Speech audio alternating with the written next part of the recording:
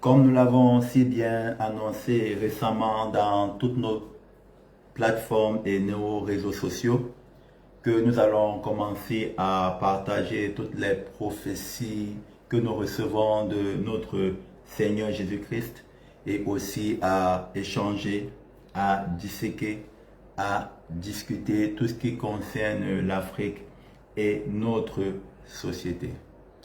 Nous rendons premièrement grâce à notre Seigneur Jésus-Christ qui a rendu cela possible, car ça fait pratiquement 4 ou 5 ans que nous n'avons plus posté ou écrit ou partagé ou publié sur les réseaux sociaux.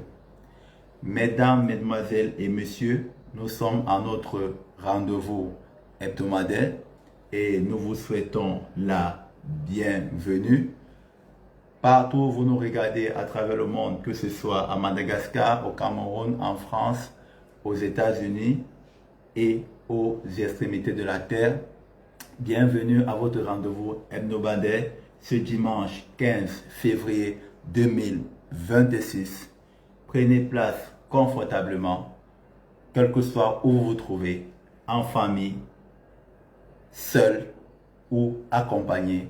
Et nous allons commencer juste dans un instant. Tout d'abord, nous commençons par vous souhaiter un chaleureux dimanche, ce 15 février 2026. Et en espérant que vous avez passé un agréable week-end et quel que soit où vous vous trouvez dans le monde et que vous êtes en train de commencer le week-end, la journée de ce dimanche, nous vous souhaitons un merveilleux dimanche. Nous vous souhaitons un magnifique dimanche en ce jour 15 février 2026. Mesdames, mesdemoiselles et messieurs, nous avons promis dans toutes nos plateformes ce jour que nous allons partager des prophéties qui ont été postées dans nos différentes plateformes et avec l'aide de notre Seigneur Jésus-Christ, nous allons échanger toutes ces prophéties et vous aussi, vous allez nous donner votre point de vue au regard de la parole de Dieu, ce que vous en pensez, car selon 1 Thessaloniciens chapitre 5 versets 20 et 21, dans la nouvelle alliance, on ne croit plus aux prophéties ou pas, on les examine au regard de la parole de Dieu. En d'autres termes, vos commentaires, vos opinions sont les bienvenus, y compris ceux qui sont contraires. Mesdames, mesdemoiselles et messieurs, bienvenue dans notre rendez-vous hebdomadaire. Nous sommes Emmanuel Angel et nous commençons juste dans un instant.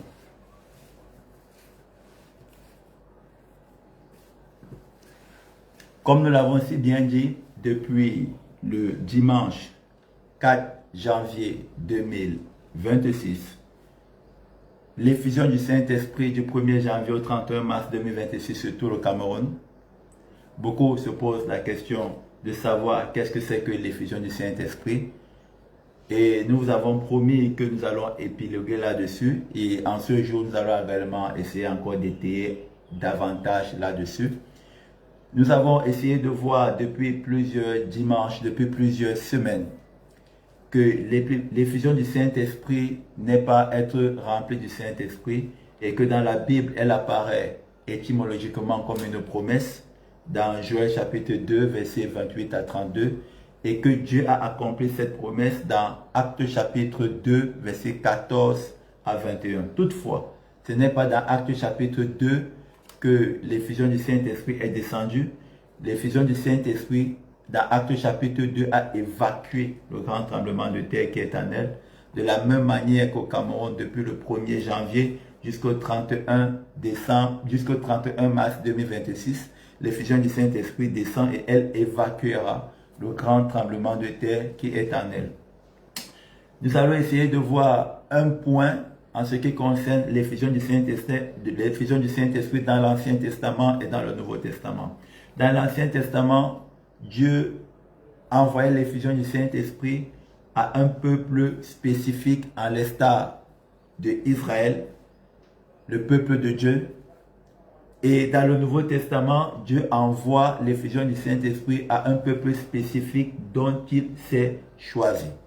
Et depuis le 1er janvier 2026, Dieu, dans sa grâce et sa grande miséricorde, dans sa grâce pour grâce, a choisi le peuple du Cameroun pour recevoir l'effusion du Saint-Esprit du 1er janvier au 31 mars 2026. Maintenant, dans l'Ancien Testament, l'effusion du Saint-Esprit, que ce soit dans l'Ancien Testament ou dans le Nouveau Testament, lorsqu'elle descend sur un peuple choisi par Dieu, elle n'est pas limitée par le lieu où elle descend. C'est-à-dire, il suffit juste d'accepter et de croire à ce que Dieu fait descendre l'effusion du Saint-Esprit et directement où que tu te trouves dans le monde, elle te localise et toi aussi tu reçois l'effusion du Saint-Esprit. Dans l'Ancien Testament, Dieu avait instruit Moïse de convoquer les 70 anciens et qu'il devait prendre son esprit pour déposer sur les 70 anciens. La Bible déclare qu'il y avait 2 personnes qui n'étaient pas où Moïse avait convoqué les 70 anciens. Et Dieu a retiré l'esprit qui était en lui et est allé poser ça sur ces 2 personnes, tout simplement parce que ces personnes étaient réceptives, ces personnes étaient concernées, ces personnes étaient disponibles par ce qui se passait entre Moïse et les 70 anciens. Et Dieu a enlevé l'esprit qui est en Moïse et allé déposer cela sur ces 2 personnes. Il en est ainsi aussi dans le Nouveau Testament, où Dieu, par sa grâce pour grâce, a choisi le peuple du Cameroun pour recevoir l'effusion du Saint-Esprit du 1er janvier au 31 mars 2026. Et donc, au plus tard, le 31 mars 2026, elle va évacuer le grand tremblement de terre qui est en elle. C'est la raison pour laquelle, quel que soit où tu nous regardes dans le monde, ne crois pas à ce que nous disons, parce que dans le Nouveau Testament, on ne croit plus aux prophéties. Dieu ne conduit plus son peuple par des prophètes. Jadis, dans l'Ancien Testament, Hébreux chapitre 1, versets 1 et 2, Dieu conduit son peuple par le Fils et le Fils c'est la parole. Donc, examine ce dont nous partageons ce dimanche 15 février 2026 au regard de la parole de Dieu. Et lorsque le Seigneur Jésus-Christ te convainc de cette révélation, il suffit tout simplement de te connecter à ce que Dieu fait sur le peuple du Cameroun et quel que soit où tu te trouves, que ce soit à Madagascar, au Cameroun, en France, aux États-Unis ou aux extrémités de la terre, Dieu retire l'effusion du Saint-Esprit et cette effusion du Saint-Esprit te localise et toi aussi tu reçois l'effusion du Saint-Esprit ainsi que tous ceux qui sont avec toi, ainsi que tous ceux qui croient à l'effusion du Saint-Esprit. Mesdames, Mesdemoiselles et Messieurs, ça c'est ce qui concerne l'effusion du Saint-Esprit en ce dimanche 15 février 2026. Maintenant, nous allons passer sans plus tarder au vif du sujet où dans toutes nos plateformes, il a été annoncé des prophéties par la grâce de notre Seigneur Jésus-Christ, des prophéties en ce qui concerne la France, des prophéties en ce qui concerne le Sénégal, des prophéties en ce qui concerne Madagascar. Et avec l'aide de Dieu, nous allons partager encore d'autres prophéties par sa grâce ce dimanche 15 février 2026. Nous vous invitons, car sans plus tarder, nous allons commencer juste dans un instant.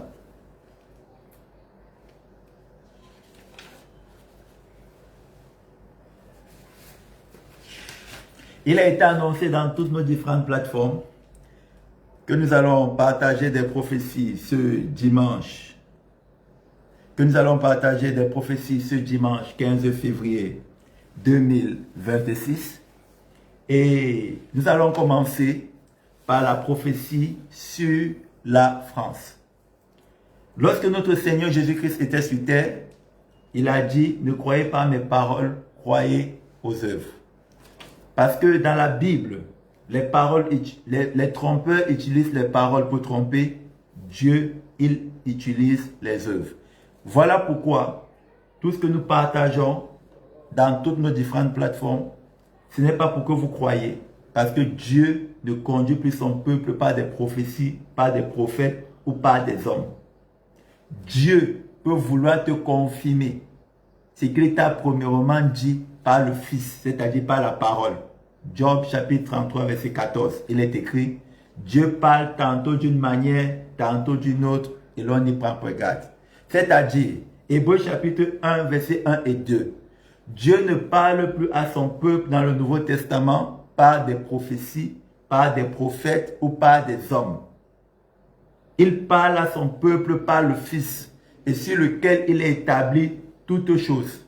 Et son Fils, c'est la parole. Maintenant, après t'avoir premièrement parlé par le Fils, Dieu peut vouloir te parler maintenant de plusieurs manières. Tantôt d'une manière et tantôt d'une autre. Que ce soit par des hommes, que ce soit par la nature. Il est écrit dans le livre des Actes des Apôtres que la nature ne vous enseigne-t-elle pas. A posteriori, Dieu utilise la nature comme un moyen de communication envers les hommes. Donc Dieu peut te parler de plusieurs manières, par des songes, par des visions du jour, par des visions nocturnes, par d'extase. Il a différentes manières, ce n'est pas ce que nous disons, c'est ce qui est écrit. Donc sans plus tarder, nous allons passer à la prophétie sur la France. Vous n'allez pas croire, ne croyez pas à ce que nous disons, croyez à ce que vous voyez. D'où nous allons vous montrer une vidéo qui a été postée dans toutes nos différentes plateformes. Et cette vidéo a été postée dimanche dernier, le 8 février 2026, dans toutes nos différentes plateformes. Ne croyez pas à ce que nous disons, croyez à ce que vous voyez, car Dieu utilise les œuvres, tandis que les trompeurs utilisent les paroles pour tromper.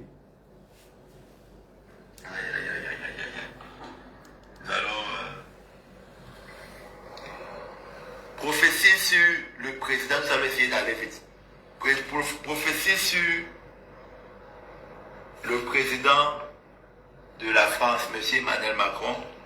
Prophétie sur la France et prophétie sur le peuple de la France. Le président de la République française, M. Emmanuel Macron, a fait de l'immigration le socle de sa campagne, que ce soit en 2017 ou en 2022. La parole que nous avons reçue dans la Bible, c'est Matthieu chapitre 2, verset 13, où l'ange a dit à Joseph de prendre le petit enfant et la mère et de fuir en Égypte, car Hérode va vouloir tuer le petit enfant. Donc notre Seigneur Jésus était un exilé. La campagne du président de la République française, M. Emmanuel Macron, sur l'immigration en 2017 portait sur la lutte contre l'immigration illégale, la réforme du droit d'asile, la gestion des frontières, traitement en amont et la directrice. La politique sur l'immigration de 2017 a posé les bases d'une approche cherchant à concilier l'accueil des réfugiés et la fermeté de l'immigration clandestine. Et ensuite, lorsqu'il a été réélu en 2022, la politique du président de la République française, M. Emmanuel Macron, il a posé les bases de la loi d'immigration de 2024. Et qu'est-ce que la loi d'immigration de 2024? Elle vise à contrôler l'immigration et à améliorer l'intégration. Donc, sa politique a été vraiment, l'immigration a été le socle de sa politique. Il a été très souple en ce qui concerne l'immigration. Ce n'est pas nous qui le disons, les œuvres sont là. D'autres, ses concurrents disaient même que rentrez chez vous. Tous ceux qui sont soit en situation irrégulière, bref, ils étaient très clairs, rentrez chez vous. Lui, sa politique, et c'est la raison pour laquelle le Seigneur Jésus l'a maintenu au pouvoir. C'est la révélation que nous avons reçue dans les Écritures. Maintenant, la finalité de la prophétie, c'est pour nous amener à la repentance, c'est pour amener le peuple à la repentance et non pour prédire l'avenir. Voici la prophétie. De prier pour le président de la République française, M. Emmanuel Macron. Voilà la prophétie. de prier pour lui. Parce que le Seigneur Jésus l'a maintenu, l'a élu en 2017 et en 2028 à cause de sa politique sur l'immigration. Parce que le Seigneur Jésus lui-même était un exilé en Égypte lorsqu'il est né. Et il a été très souple. Voilà, tout est dit. Voilà. Maintenant, la prophétie c'est que nous ne prions pas pour lui. Peut-être qu'il ne finira pas son mandat. Pourquoi nous disons peut-être? Parce que les autres, lorsque nous ne prions pas pour lui, c'est tout à fait normal que les autres ont déjà préparé quelqu'un. Et voilà. Préparer quelqu'un. Si son mandat ne finit pas, ou même s'il finit son mandat, et cette personne sera très austère en ce qui concerne l'immigration. C'est-à-dire, cette personne chassera tous ceux qui sont en situation irrégulière. Et c'est normal. Lorsque Dieu établit un homme, c'est pourquoi nous prions pour cet homme. Et lorsque nous ne prions pas pour cet homme, c'est tout à fait normal que les autres jouent leur carte. Cette prophétie a été donnée par la grâce de notre Seigneur Jésus-Christ dans toutes nos différentes plateformes dimanche, le 8 février 2026. Nous allons voir un extrait. Nous allons voir un extrait, mesdames, mesdemoiselles et messieurs. Nous allons voir un extrait quelques jours plus tard, c'est-à-dire et précisément avant-hier,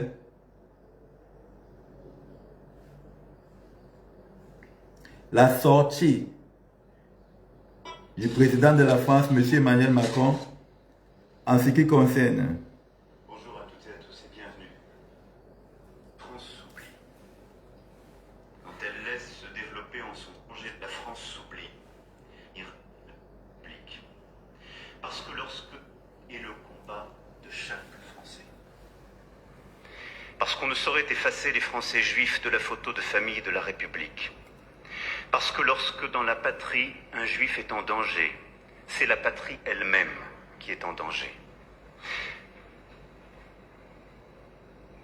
Et de cela, je veux que nul n'en doute aujourd'hui, ici, quand des questions se posent, quand les doutes affleurent, quand la peine prend le dessus.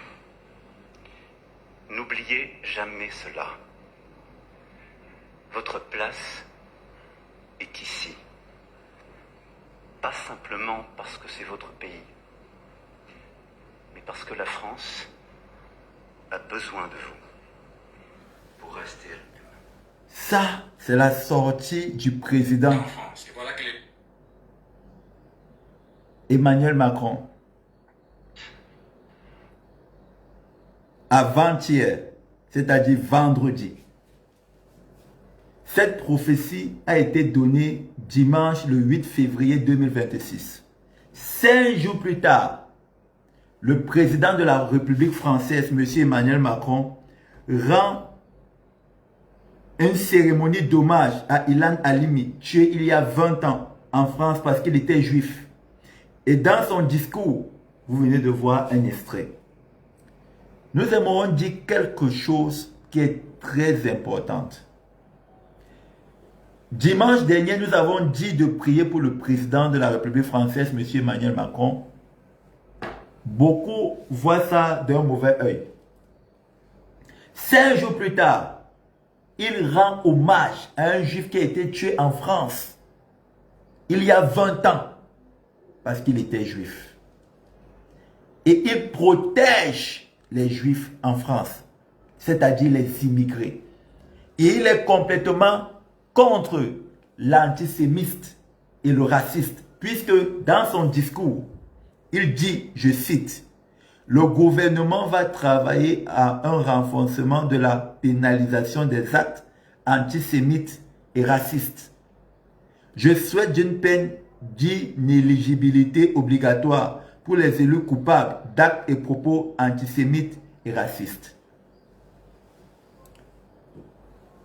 Toi qui nous regardes, tu es chrétien, tu es enfant de Dieu, tu es disciple de Jésus. Le Dieu que tu pries est le Dieu des Juifs. C'est écrit dans ta Bible. Le Dieu des chrétiens, c'est le Dieu des Juifs. Il ne faut pas faire un amalgame entre saints, fidèles, appelés, élus, serviteurs, envoyés, apôtres, prophètes, évangélistes, pasteurs ou docteurs. Un serviteur, c'est le nom, servi, le verbe et serviable, l'adjectif qualificatif.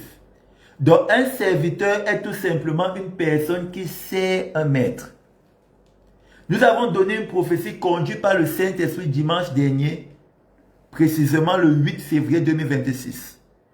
Où, dans un extrait de la vidéo dont nous avons partagé avec vous, nous avons dit le Seigneur Jésus-Christ a élu le président de la France, M. Emmanuel Macron, et l'a maintenu en 2017 et en 2022 pour son second mandat à cause d'une seule chose.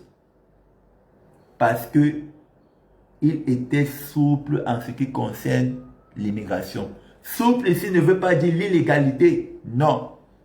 Dans la vidéo de dimanche dernier, nous avons évoqué sa politique concernant l'immigration. C'était dans la légalité. Toutefois, il était souple par rapport à ses opposants. Nous l'avons dit dans la vidéo. Ses opposants disaient rentrez chez vous. 5 jours plus tard, il fait une cérémonie d'hommage à un juif qui a été tué il y a 20 ans. Le Dieu que nous prions est le Dieu des Juifs. Et il ne faut pas faire l'amalgame entre Dieu est juif et le Dieu des Juifs. Dans Jean chapitre 4, le Seigneur Jésus a dit à la femme samaritaine, le salut vient des Juifs.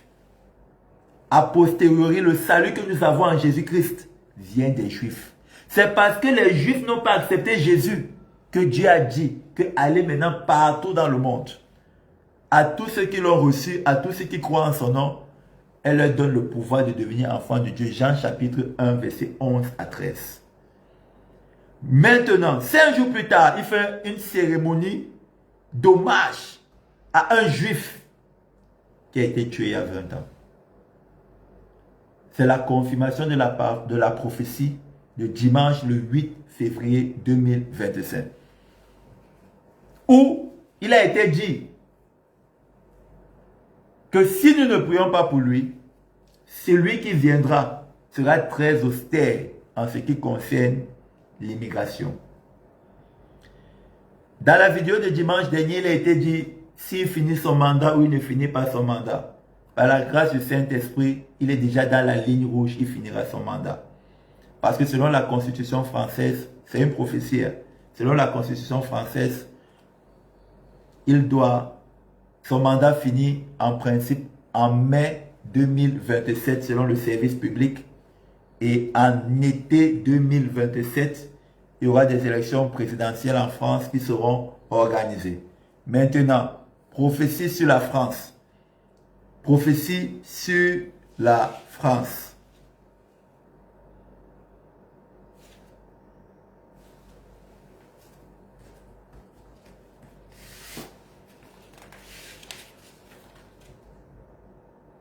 Prophétie sur la France. Sur le peuple de la France. Le prochain président de la France en été 2027 est celui ou celle qui sera austère, rigide, strict, rigoureux ou rigoureuse en ce qui concerne la politique d'immigration. Prophétie sur la France, nous reprenons. Le prochain président de la France en été 2027 est celui ou celle qui sera austère, rigide, strict, rigoureux ou rigoureuse en ce qui concerne la politique d'immigration. Il était environ 19h, heure de Madagascar, 17h, heure du Cameroun, 17h, heure de la France, 11h, heure des États-Unis à Washington. La terre de la France a tremblé ce vendredi 13 février 2025. Et ce qu'elle a dit, c'est Genèse chapitre 15, verset 13. Vous pouvez aller le lire.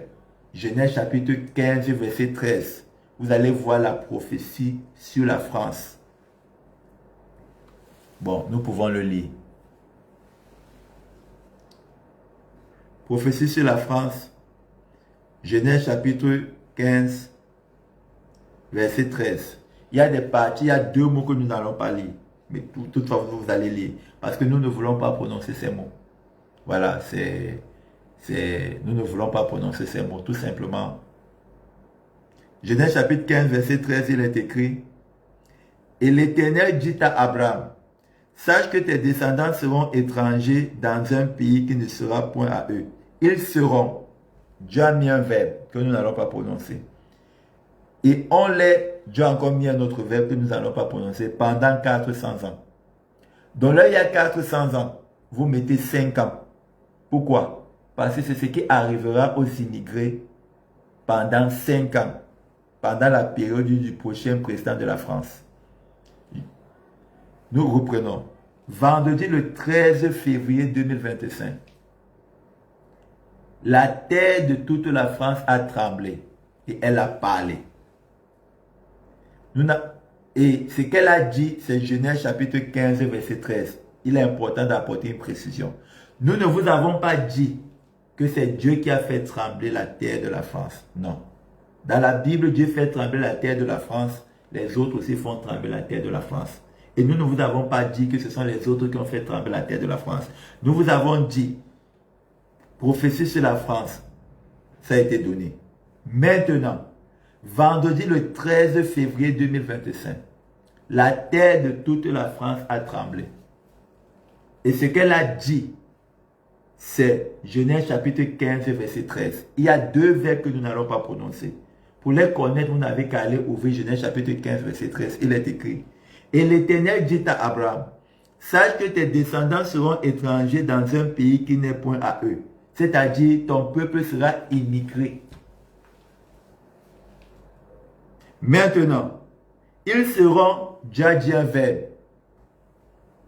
Et on les, Dieu a encore dit un autre verbe. Pendant, dans la Bible, de verset 13, il était dit 400 ans. Vous mettez 5 ans. Voilà ce que la terre de la France a dit lorsqu'elle a tremblé. Vendredi, le 13 février 2025, il était environ 19h heure de Madagascar, 17h heure du Cameroun, 17h heure de la France, 11h heure des États-Unis à Washington. Maintenant, nous passons, sans plus tarder, prophétie sur le Sénégal. Mesdames, Mesdemoiselles et Messieurs, lorsque notre Seigneur Jésus-Christ était sur la terre, il a dit, ne croyez pas mes paroles, croyez aux œuvres. Pourquoi? Parce que dans la parole de Dieu, les trompeurs utilisent les paroles pour tromper. Dieu utilise les œuvres. Nous allons partager avec vous une vidéo qui a été postée ici, dimanche, le 25 janvier 2026. Ne croyez pas à ce que nous disons, croyez à ce que vous voyez.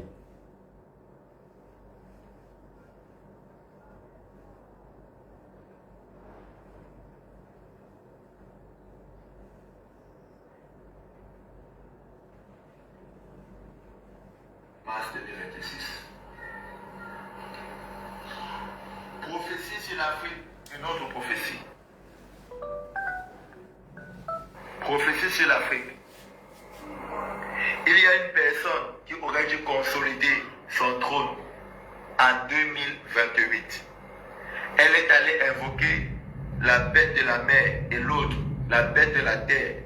Et ils se sont accordés pour avoir une gloire qui n'est pas la leur.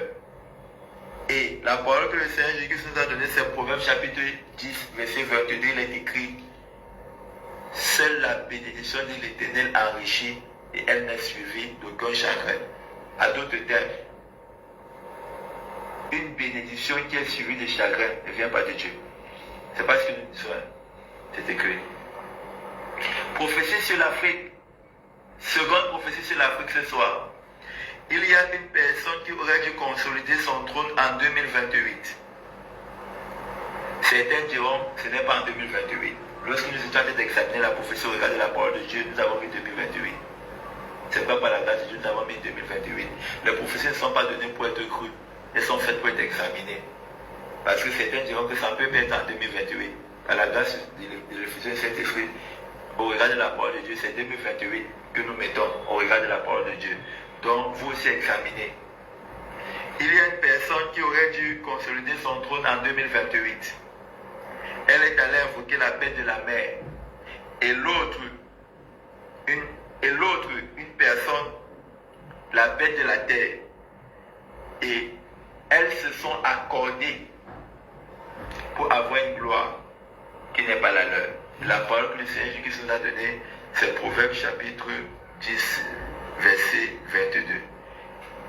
Et le Seigneur Jésus s'est confié en disant, une faible plante s'élèvera de la terre et elle viendra de nulle part. Une faible plante, c'est-à-dire, il y a une personne qui aurait dû consolider son trône en 2028. Elle est allée invoquer la bête de la mer. Et l'autre personne est allée invoquer, et l'autre personne la bête de la terre. Et elles se sont accordées. Proverbe chapitre 10, verset 22. Une faible plante sortira de la terre. Elle viendra de nulle part. Les foules accourront vers elle. Les foules accourront vers elle. Et les personnes qui sont allées invoquer l'un la bête de la mer et l'autre la bête de la terre, et elles se sont accordées pour avoir une gloire qui n'est pas la leur. La foule qui était à elles seront divisées en deux. Souvenez-vous, la bête de la mer et la bête de la terre, elles commencent à prendre, elles commencent à se servir. Elle commence à prendre, elle commence à se servir. Nous allons ouvrir tout simplement Proverbe chapitre 10. Nous allons ouvrir tout simplement Proverbe chapitre 10. Proverbe chapitre 10, verset 22, il est écrit: c'est la bénédiction de l'Éternel qui enrichit et elle ne se fait suivre d'aucun chagrin. Mesdames, mesdemoiselles et messieurs, soyons très attentifs à ce niveau. Le dimanche 25 janvier 2026, par la grâce de notre Seigneur Jésus-Christ, nous avons donné une prophétie. C'est une prophétie sur l'Afrique, sans toutefois mentionner le nom du pays, parce que le Seigneur Jésus-Christ ne nous avait pas donné l'autorisation de mentionner le nom du pays. En cette semaine, et précisément lundi, le 9 février 2026, il y a eu des heurts avec les forces de l'ordre et avec les universités, à l'université de Dakar, avec les étudiants à l'université de Dakar, où il y a eu un mort et une dizaine de blessés. Maintenant, la prophétie qui a été donnée dimanche, le 25 janvier 2026,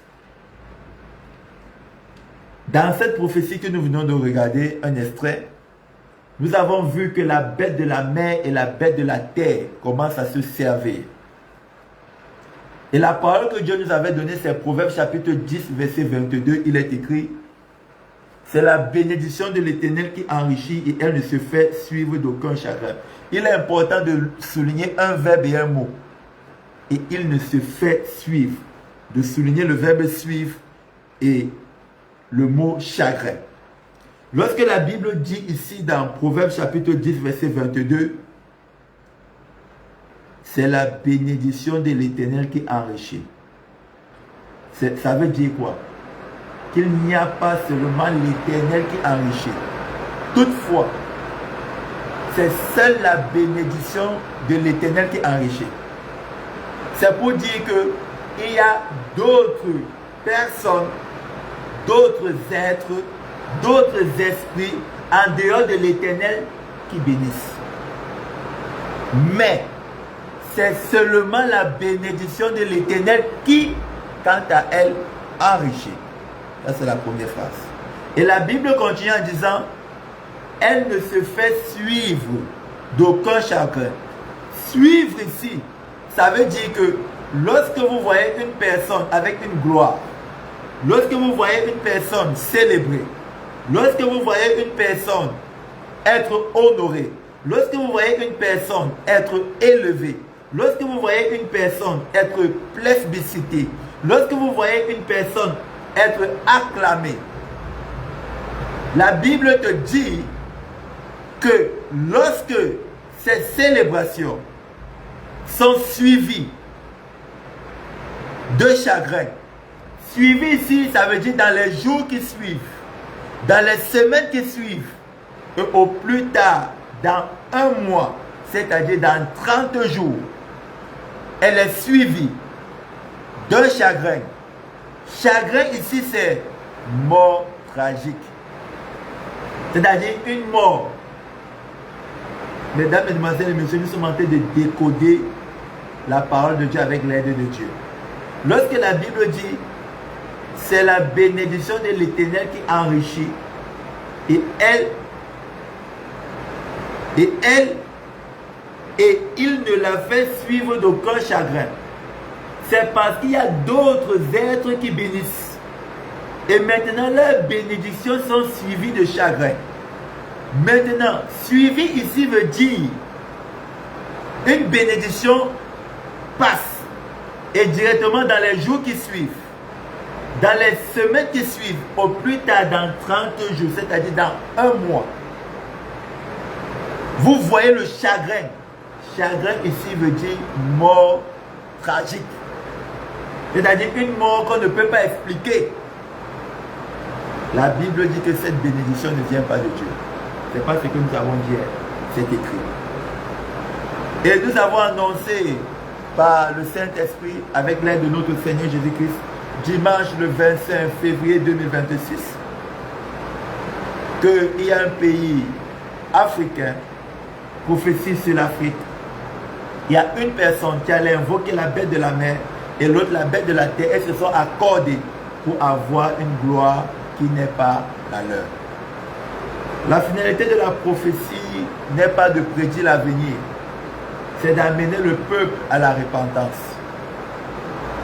Lorsque ces personnes qui sont allées invoquer l'une la bête de la mer, l'autre la bête de la terre, et elles se sont accordées, nous n'avons rien dit. La Bible est claire. C'est la bénédiction de l'Éternel qui enrichit. Et il ne la fait suivre d'aucun chagrin. C'est parce qu'il y a d'autres êtres qui bénissent. Maintenant, leur bénédiction est suivie de chagrin. Cela veut dire que lorsqu'une personne est célébrée, est glorifiée, est élevée, est magnifiée, et que dans les jours qui suivent, dans les semaines qui suivent, au plus tard, un mois, c'est-à-dire 30 jours, après sa célébration, se suit un chagrin. Il faut premièrement faire le lien entre la mort subite et la personne qui célèbre. Lorsqu'il n'y a pas de lien, ça veut dire que ça peut arriver, ou ça ne vient pas de cette personne. Lorsqu'il y a un lien, ça veut dire que la bénédiction de cette personne ne vient pas de Dieu. Nous n'avons rien qui s'est écrit. La finalité de la prophétie n'est pas de prédire l'avenir, c'est d'amener le peuple à la repentance. Lorsque cette personne, l'une qui allait invoquer la bête de la mer, et l'autre qui allait invoquer la bête de la terre, et elles se sont accordées pour avoir une gloire qui n'est pas la leur, se repentent. La Bible dit que l'Éternel est miséricordieux et sa miséricorde dure à toujours. Car la finalité de la prophétie, c'est d'amener le peuple à la repentance. Toutefois, il est important de préciser que nous n'avons pas dit que la personne qui allait invoquer la bête de la mer et l'autre la bête de la terre vivent au Sénégal ou sont au Sénégal. Non. Non, non, non. Nous n'avons pas apporté cette précision. Voilà. Donc, mesdames, mesdemoiselles et messieurs, la finalité de la prophétie, c'est d'amener le peuple à la repentance. Nous prions pour l'une de ces personnes qui allait invoquer la bête de la mer Et l'autre qui allait invoquer la bête de la terre, et elles se sont accordées pour avoir une gloire qui n'est pas la leur. Nous prions, Seigneur, que ta miséricorde soit sur elle. Nous prions pour elle au nom de Jésus-Christ de Nazareth. En ce qui concerne le Sénégal, la gloire du Sénégal était plutôt dans 4 mois. La gloire du Sénégal. Car selon Matthieu chapitre 6, verset 13, il est écrit, car c'est à toi qu'appartiennent le règne, la puissance et la gloire. C'est Dieu qui donne la gloire. La gloire du Sénégal était plutôt dans 4 mois. Et une gloire jamais égalée. Prophétie sur le Sénégal. Pendant les 4 prochaines années, le Sénégal aura un règne calme, très calme, très calme. La bête de la mer et la bête de la terre sortira seulement à des moments pour se servir, comme nous l'avons vu cette semaine. Toutefois, le Sénégal vivra dans le calme et dans la sérénité. Le Sénégal vivra dans le calme. Toutefois, à des moments, la bête de la mer et la bête de la terre sortira à des moments pour se servir, comme nous avons vu ce lundi. Toutefois, dans les 4 prochaines années, le Sénégal vivra dans le calme. Dans un calme qui peut exploser à tout moment. Parce que la bête de la mer et la bête de la terre sortira juste à des moments pour se servir. Parce qu'une personne est allée invoquer la bête de la mer, l'autre la bête de la terre, et elles se sont accordées pour avoir une gloire qui n'est pas la leur. Nous, la finalité de la prophétie n'est pas de prédire l'avenir, c'est d'amener le peuple à la repentance. Nous prions pour ces personnes et nous prions également qu'elles se répandent. Maintenant, dans l'extrait de la vidéo que nous avons regardé, en 2028, la bête de la mer et la bête de la terre sortiront pour se servir définitivement. Et dans cette vidéo, il est dit que certains diront que ce n'est pas en 2028, tout simplement parce que en 2029, le Sénégal fera beaucoup de choses, organisera beaucoup de choses, mais il y a une chose dont il est question, dont elle organisera, qui se décidera en 2028. Et la bête de la mer et la bête de la terre sortiront pour se servir. La finalité de la prophétie n'est pas de prédire l'avenir, c'est d'amener le peuple à la repentance. Nous prions pour ces personnes qui sont allées invoquer la bête de la mer et la bête de la terre. Nous prions pour elles et nous prions aussi qu'elles se répandent afin que la miséricorde de Dieu, car Dieu est miséricordieux et sa miséricorde Dieu a toujours. Mesdames, Mesdemoiselles et Messieurs, sans plus tarder, nous passons à une autre prophétie qui a été annoncée cette semaine, prophétie sur Madagascar. Prophétie sur Madagascar. Peuple de Madagascar, Manaona, Salama, nous sommes une fois de plus, nous nous réjouissons une fois de plus de revoir nos frères de Madagascar, nos frères et sœurs de Madagascar. Le plaisir est tout, à chaque fois renouvelé. Manaona, Salama, prophétie sur Madagascar. Cette semaine, nous avons vécu quelque chose qui était inédite depuis plus de 20 ans, où un cyclone a fait autant de morts à Madagascar.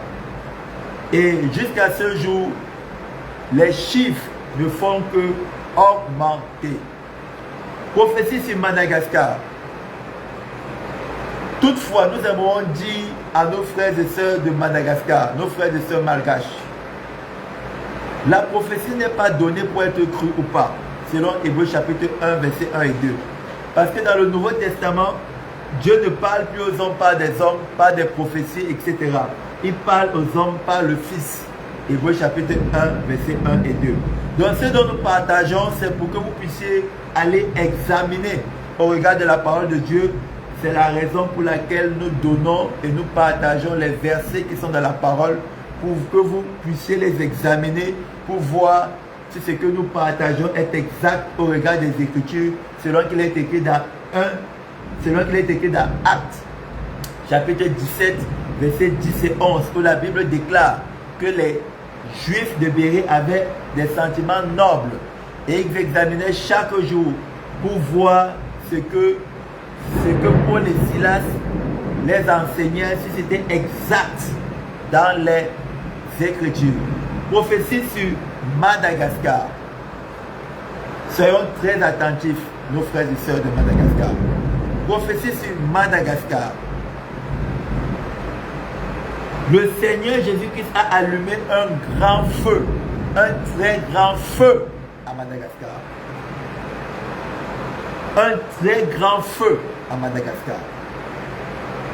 Maintenant, lorsque le Seigneur Jésus-Christ a allumé ce très grand feu, le Seigneur Jésus-Christ s'est déplacé. Toutefois,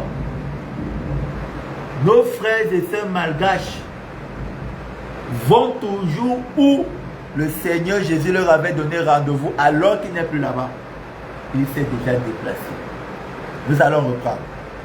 Et nous allons partager avec vous la parole qui a été donnée lorsque le Seigneur Jésus-Christ nous donnait la prophétie sur Madagascar. Dans Actes chapitre 1, versets 3 et 4, le Seigneur Jésus-Christ dit à ses 11 apôtres, ne vous éloignez pas de Jérusalem, mais d'attendre ce que le Père a promis, le Saint-Esprit, leur dit-il. Verset 8, mais vous recevez une puissance, le Saint-Esprit survenant sur vous et vous serez mes témoins, à Jérusalem, dans toute la Judée, dans la Samarie et jusqu'aux extrémités de la terre.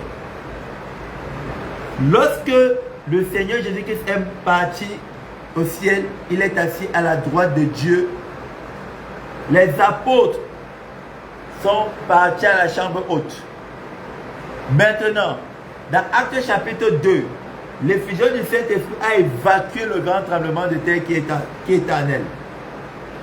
Et la Bible déclare qu'il y avait des gens qui étaient venus séjourner à Jérusalem et aussi les Juifs ont accouru pour voir ce qui se passait de ce grand bruit. La Bible dit que ce jour, plus de 5000 personnes se sont baptisées.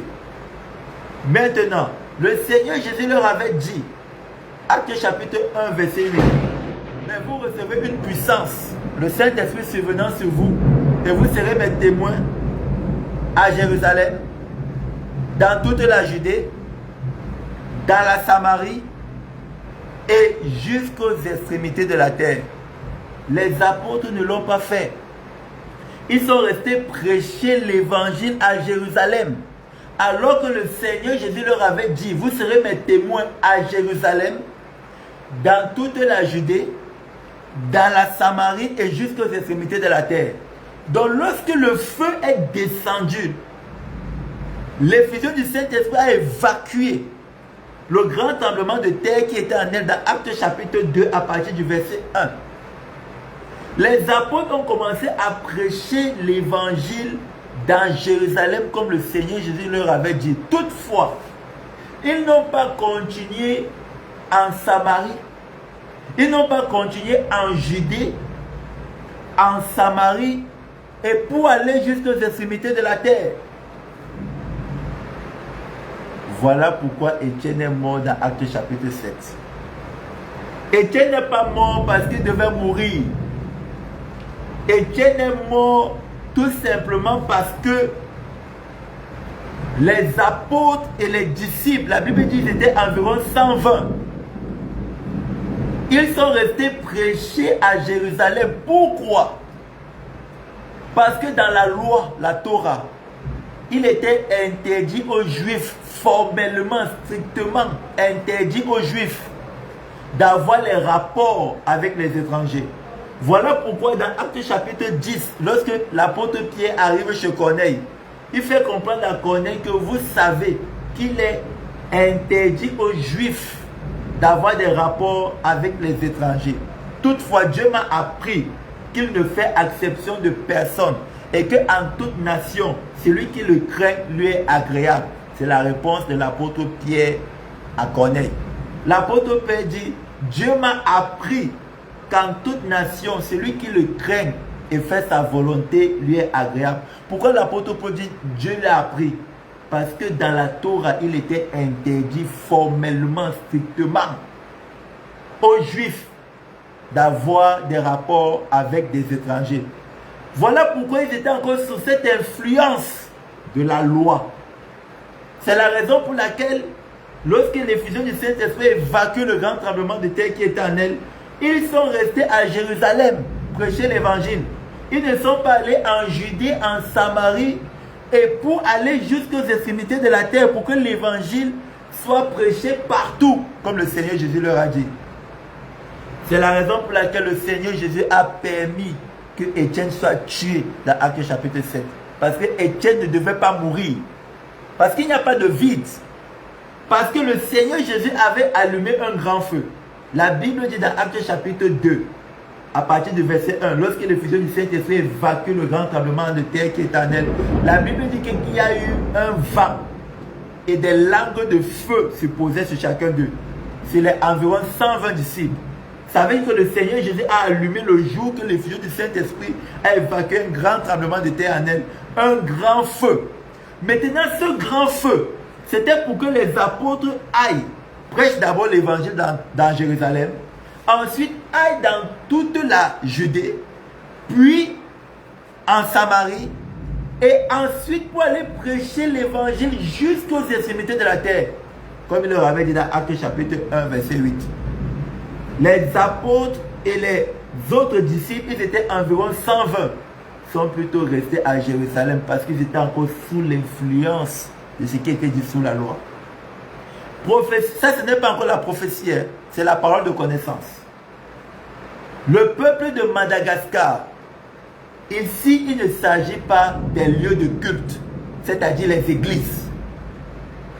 Ici, il s'agit, le Seigneur Jésus avait donné rendez-vous au peuple de Madagascar. Et ils sont allés à ce rendez-vous pendant plusieurs temps, plusieurs années. Sauf que le Seigneur Jésus a déjà allumé un nouveau grand feu. Et lorsqu'il a allumé ce nouveau grand feu, il s'est déplacé. Maintenant, le peuple de Madagascar, le peuple malgache, nos frères et sœurs malgaches, continuent d'aller vouloir rencontrer le Seigneur Jésus où il leur avait donné rendez-vous jadis, alors qu'il n'est plus là-bas. Il s'est déjà déplacé parce qu'il a déjà allumé un nouveau grand feu et il s'est déplacé. Maintenant, nos frères et sœurs malgaches continuent d'aller au lieu de rendez-vous où le Seigneur Jésus-Christ leur avait donné avant, alors que le Seigneur Jésus-Christ n'est plus là-bas. Et souvenez-vous qu'il n'y a pas de vide. Lorsque le Seigneur Jésus a allumé un grand feu, les apôtres et les autres disciples, ils étaient environ 120. Ils ont commencé à prêcher l'évangile à Jérusalem, comme le Seigneur Jésus leur avait dit. Sauf que le Seigneur Jésus s'est après ça déplacé pour aller en Judée. Eux, ils sont restés à Jérusalem. Il s'est déplacé pour quitter de la Judée pour la Samarie. Eux, ils sont restés à Jérusalem. Le Seigneur Jésus a vu que si rien ne se passe, nous les païens, on ne sera pas sauvés. Parce qu'eux, ils vont rester à prêcher seulement à Jérusalem, à Jérusalem, à Jérusalem, pour ne pas aller en Judée, en Samarie, jusqu'aux extrémités de la terre, parce qu'ils étaient encore sous l'influence de la loi. Ça, c'est la parole de connaissance de nos frères et sœurs malgaches. Ils continuent, le Seigneur Jésus-Christ les avait donné rendez-vous dans des endroits. Ils continuent d'aller là-bas. Alors que le Seigneur Jésus a déjà allumé un nouveau grand feu. Et il s'est déjà déplacé, il n'est plus là-bas. Dans la Bible, on appelle ça la religion. C'est ça que la Bible appelle la religion. Il s'est déjà déplacé, il n'est plus là-bas. Maintenant, eux, ils continuent d'aller où le Seigneur Jésus leur avait donné rendez-vous précédemment, mais il a allumé un nouveau grand feu. Il n'est plus là-bas. Et eux, ils continuent d'aller là-bas. Souvenez-vous que dans la Bible, il n'y a pas le vide. C'est pourquoi vous voyez ces esprits qui sont des cyclones. Voilà la vérité. La finalité de la prophétie n'est pas de prédire l'avenir, c'est d'amener le peuple à la repentance. Voilà pourquoi vous voyez tous ces cyclones. C'est parce qu'il n'y a pas le vide. Ils viennent parce que le Seigneur Jésus a premièrement allumé un très grand feu. Maintenant, nos frères et sœurs malgaches continuent d'aller.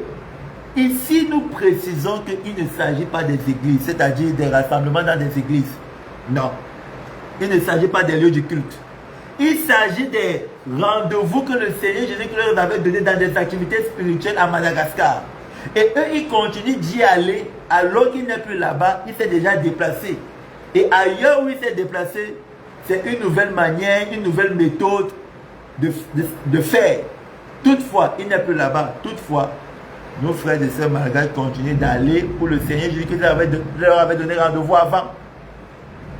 Et dans ce monde, il n'y a pas le vide. Voilà pourquoi ces esprits viennent. Dans la prophétie sur Madagascar, c'est que lorsqu'on est en train de méditer la parole de Dieu,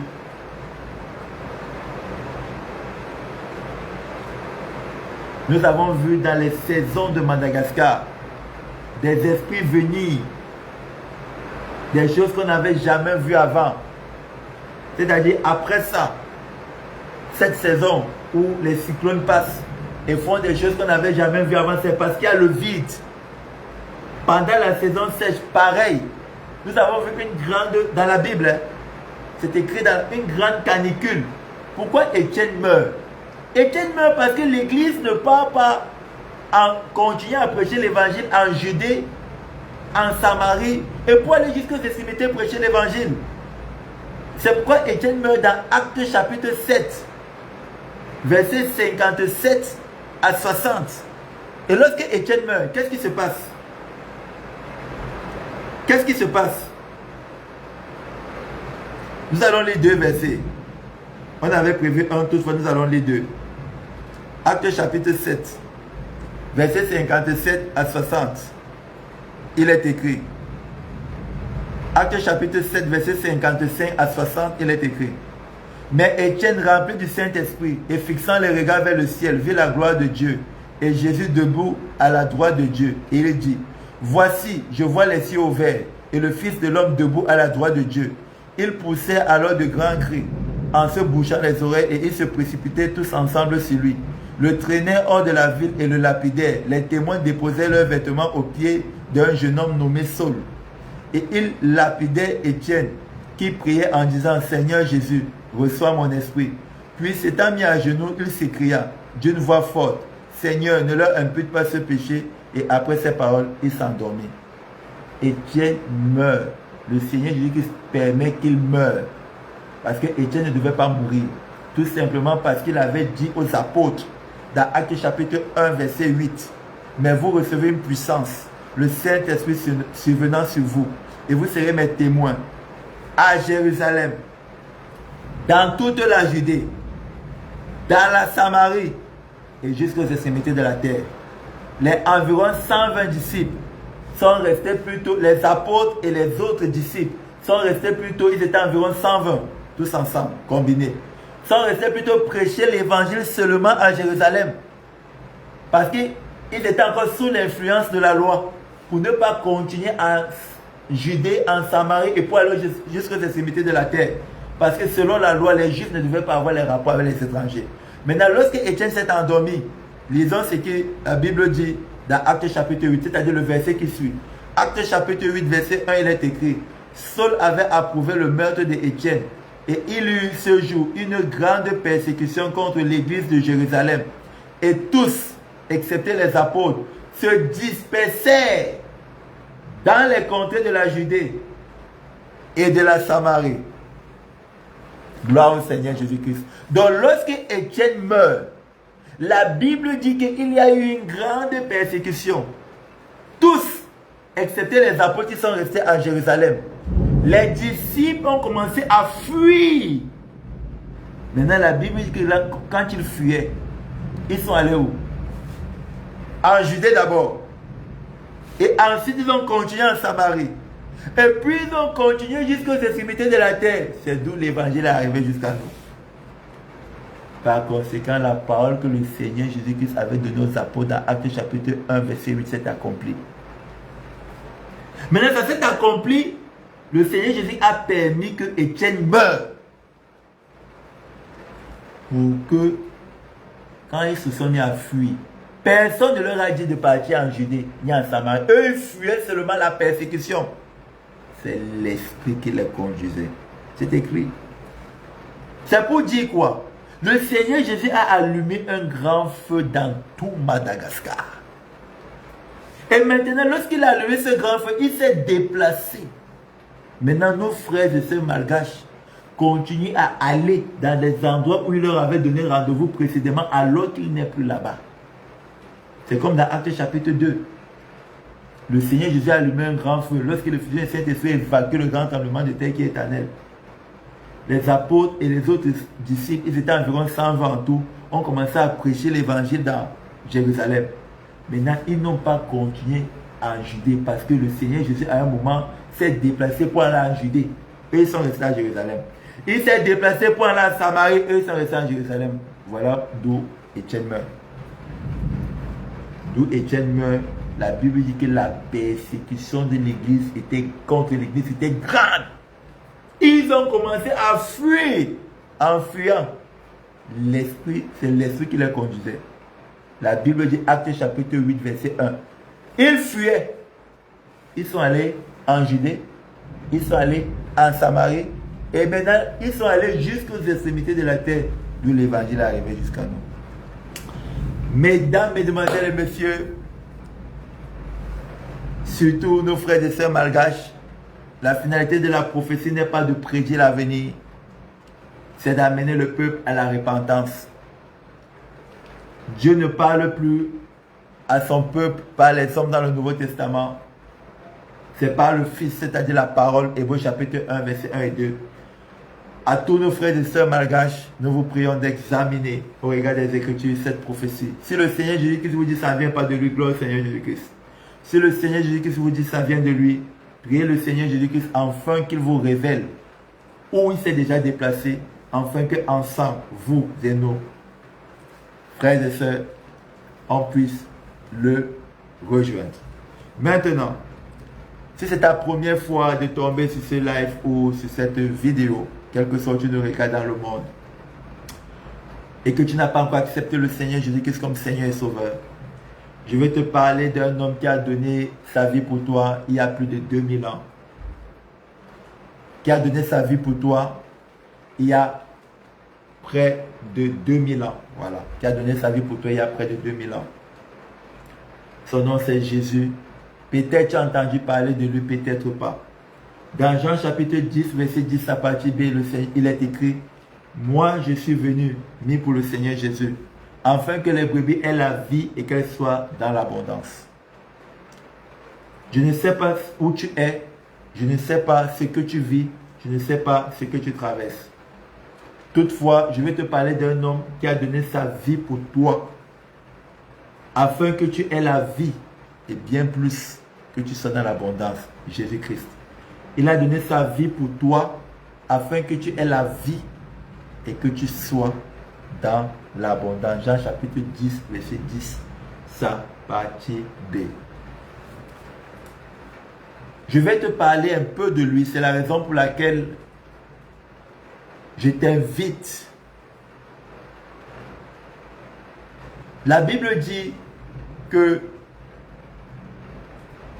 parfois un homme bien, un homme pouvait mourir pour un juste. Mais le Seigneur Jésus est mort pour nous quand nous étions encore pécheurs. Je vais te parler de lui parce que il n'a pas donné sa vie pour les justes, mais pour les pécheurs. Lui-même l'a dit que ce ne sont pas Ceux qui sont bien portants, qui ont besoin des médecins, ce sont des malades.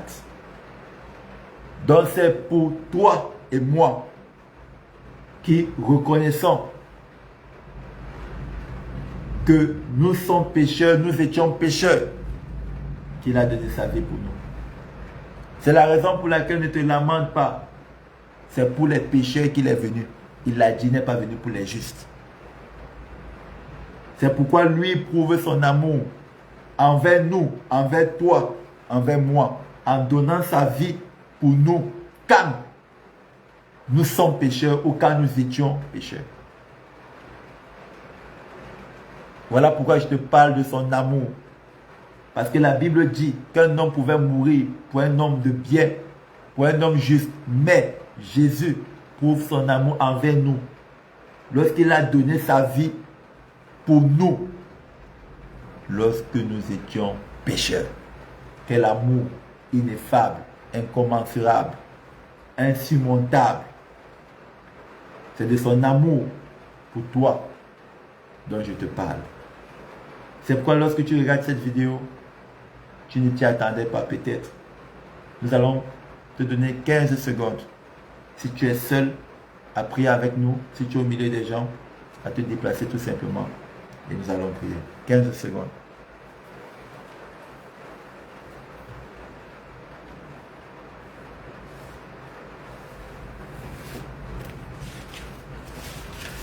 Tu vas répéter tout simplement cette prière après moi. Seigneur Jésus-Christ, je te remercie d'avoir donné ta vie pour moi. Seigneur Jésus-Christ, je te remercie d'être mort pour moi. Seigneur Jésus-Christ, aujourd'hui, je t'accepte comme Seigneur et Sauveur. Seigneur Jésus-Christ, aujourd'hui, je t'accepte comme mon Seigneur et mon Sauveur personnel. Seigneur Jésus-Christ, je te prie, tous les jours de ma vie, accorde-moi la grâce de te suivre. Seigneur Jésus-Christ, je te prie, accorde-moi la grâce de te suivre tous les jours de ma vie. Au nom de Jésus-Christ de Nazareth. Amen. Bienvenue dans le royaume de Dieu, mon frère ou ma soeur. Tu fais partie maintenant des citoyens du royaume de Dieu en accord avec la parole de Dieu dans Jean chapitre 1, versets 12 et 13. Nous vous accueillons chaleureusement, nous vous accueillons merveilleusement, nous vous accueillons avec un grand amour, avec un grand sourire. Et c'est la plus grande décision que tu as pu prendre dans ta vie. Et le Saint-Esprit nous avait donné l'ordre de guérir tous ceux qui acceptent le Seigneur Jésus-Christ pour la première fois dans ce live. Pour la première fois, lorsqu'on a accepté le Seigneur Jésus-Christ, on l'a déjà accepté une fois pour toutes. Donc toi qui viens d'accepter le Seigneur Jésus-Christ comme Seigneur et Sauveur, le Saint-Esprit nous a ordonné de te guérir. Oui, parce que le Seigneur Jésus-Christ n'a jamais dit de prier pour les malades.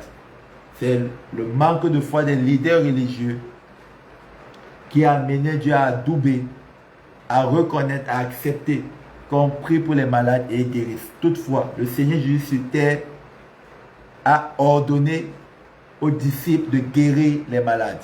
Donc, Saint-Esprit, tu nous as dit, depuis dimanche le 4 janvier 2026, de guérir tous ceux qui acceptent Jésus comme Seigneur et Sauveur pour la première fois. Saint-Esprit, guérissez tous ceux qui acceptent Jésus pour la première fois dans ce live. Guérissez. Guérissez. Tous ceux qui acceptent Jésus pour la première fois dans ce live, que ce soit ce dimanche 15 février 2026, que ce soit dans cette vidéo en direct, en différé, et que vous avez regardé, et que vous avez accepté Jésus pour la première fois, dans cette vidéo en différé, où que ce soit que vous vous trouvez dans ce monde, guérissez, guérissez, guérissez, guérissez, guérissez, au nom de Jésus-Christ de Nazareth. Amen. Et depuis dimanche dernier, dimanche le 8 février 2026, le Saint-Esprit nous a dit de prier pour tous nos abonnés. Donc, toi qui es abonné à cette page ou quel que soit dans toutes nos différentes plateformes, Saint-Esprit, nous te présentons tous nos abonnés. Tu nous as dit de prier pour tous nos abonnés. Saint-Esprit, nous prions pour tous nos abonnés, quel que soit où ils se trouvent dans le monde. Que ce soit à Madagascar, que ce soit au Cameroun, que ce soit en France, que ce soit aux extrémités de la terre. Nous déchirons le voile des ténèbres qui sont sur leur vie au nom de Jésus-Christ de Nazareth. Nous déchirons le voile des ténèbres qui sont sur leur vie au nom de Jésus-Christ de Nazareth. Nous déchirons le voile des ténèbres qui sont sur leur vie au nom de Jésus-Christ de Nazareth. Nous prions pour les miracles. Nous prions pour les miracles. Nous prions pour les miracles. Au nom de Jésus-Christ de Nazareth. Amen. Mesdames, mesdemoiselles et messieurs, c'était un plaisir grandiose, renouvelé, une fois de plus à notre rendez-vous hebdomadaire ce dimanche 15 février 2026. Et c'est avec grande joie que nous avons partagé la parole de Dieu avec vous et les prophéties de notre Seigneur Jésus-Christ, et espérant que vous avez été égayés, émerveillés d'être dans la présence du Père avec nous une fois de plus encore ce jour. Et merci pour tout ce que vous faites pour nous, pour vos commentaires, pour vos différentes interventions et pour aussi vos questions, car c'est toujours un plus que nous recevons chaque fois que nous échangeons avec vous, nous partageons avec vous, nous disséquons avec vous, nous étudions avec vous. Mesdames, mesdemoiselles et messieurs, nous voici à la fin de ce live, ce jour, ce dimanche 15 février 2026. Nous vous souhaitons, quel que soit où vous nous regardez, à travers le monde, un excellent dimanche, un merveilleux dimanche, un magnifique dimanche, en famille, en amis, partout où vous vous trouvez. Nous vous souhaitons Shalom.